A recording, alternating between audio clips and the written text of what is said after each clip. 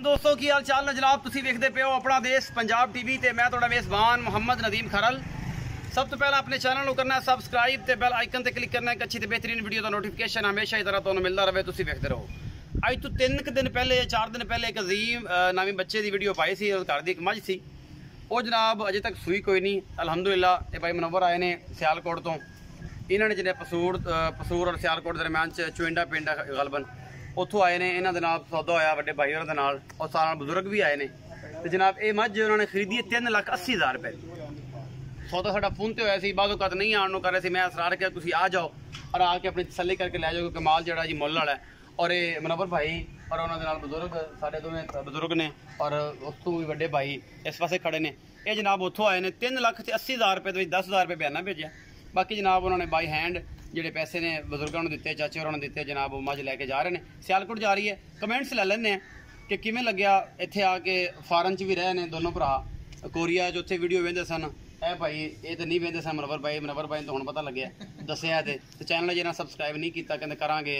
ते बाकी जिहड़ी गल है वो भाई मनवर तो कमेंट्स लै लैने, बजुर्गों तो लैने, उस वड्डे भाई तो लैने, फिर चाचा जी सद के पुछने कि गल इवें सी या कोई वादा घाटा सी।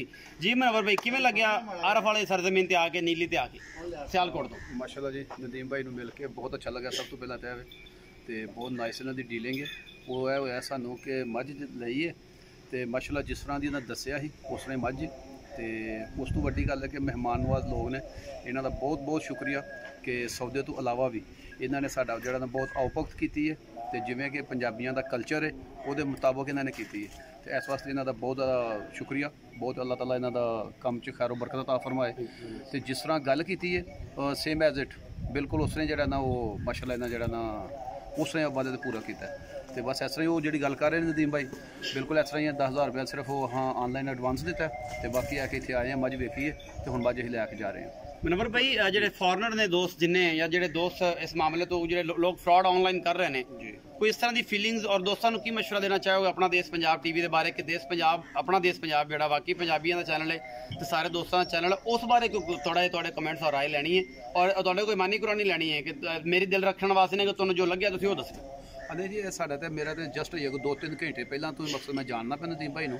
तो वो है कि ये माशाल्लाह बहुत अच्छा इन्हों का जो ना रिस्पांस है, बहुत अच्छा इन्हों का तावन है, बहुत जो ना नाइस आदमी ने। तो ये है कि मेरा ख्याल है कि ऑनलाइन जो ना वो चंद गंदे आंडिया की वजह ना ऑनलाइन बिजनेस नहीं है साढ़े मुल्क प्रमोट हो रहा उस तरह जिस तरह कि ऐसा होना चाहिए। इस वास्ते मैं तो वैसे ऑनलाइन जो ना बिजनेस इनू बहुत ज़्यादा जो ना एप्रीशिएट करना। ऑनलाइन होना चाहिए, वक्त की वेखो ही उस चीज़ तो थोड़ा जहा डरदे होया असा क्या कि आप जाके चेक कर लीए कि आया कि चीज़ हकीकत की है। तो वो सानू आना पाया। अदरवाइज है कि वो जो लोग ने वो कालियां भेड़ा जिन्होंने आते हैं उन्होंने वजह नाल जेडे अच्छे लोग ने उन्होंने जो ना वो भुगतना पैंदा। नेक्स्ट टाइम अल्लाह करे अगर मामला बनता तो फिर की?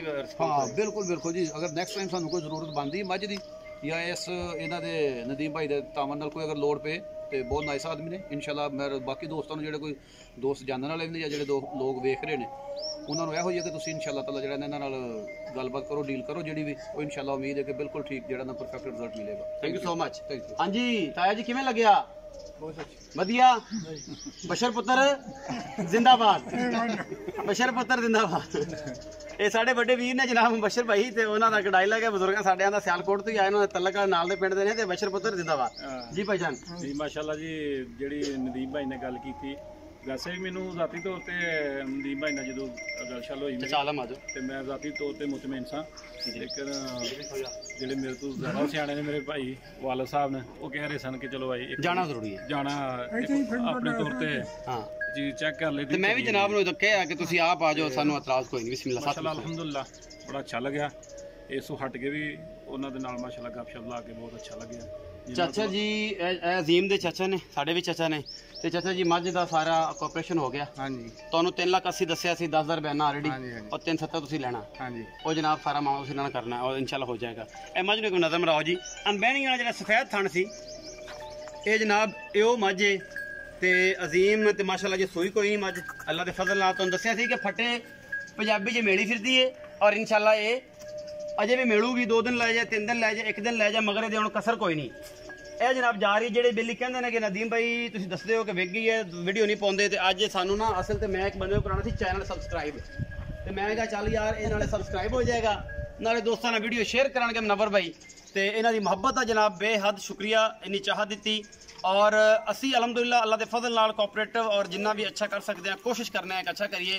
और जिवें मनवर भाई ने कहा कि कालियां भेड़ां जड़ियां ने बयाने खोर बंदे जड़े ने अल्लाह ताला उन्होंने तो बचाए, क्योंकि ये लत्त बड़ी भैड़ी है, ये वही लत्त कि जी बंदे नूं हमेशा लगी रही है, छुटती छटती कोई नहीं, ये नशा है, ये छुटता कोई नहीं। अपना बहुत सारा ख्याल रखिया जे, मिलांगे अच्छी और बेहतरीन वीडियो के नाल। अल्लाह निगहबान।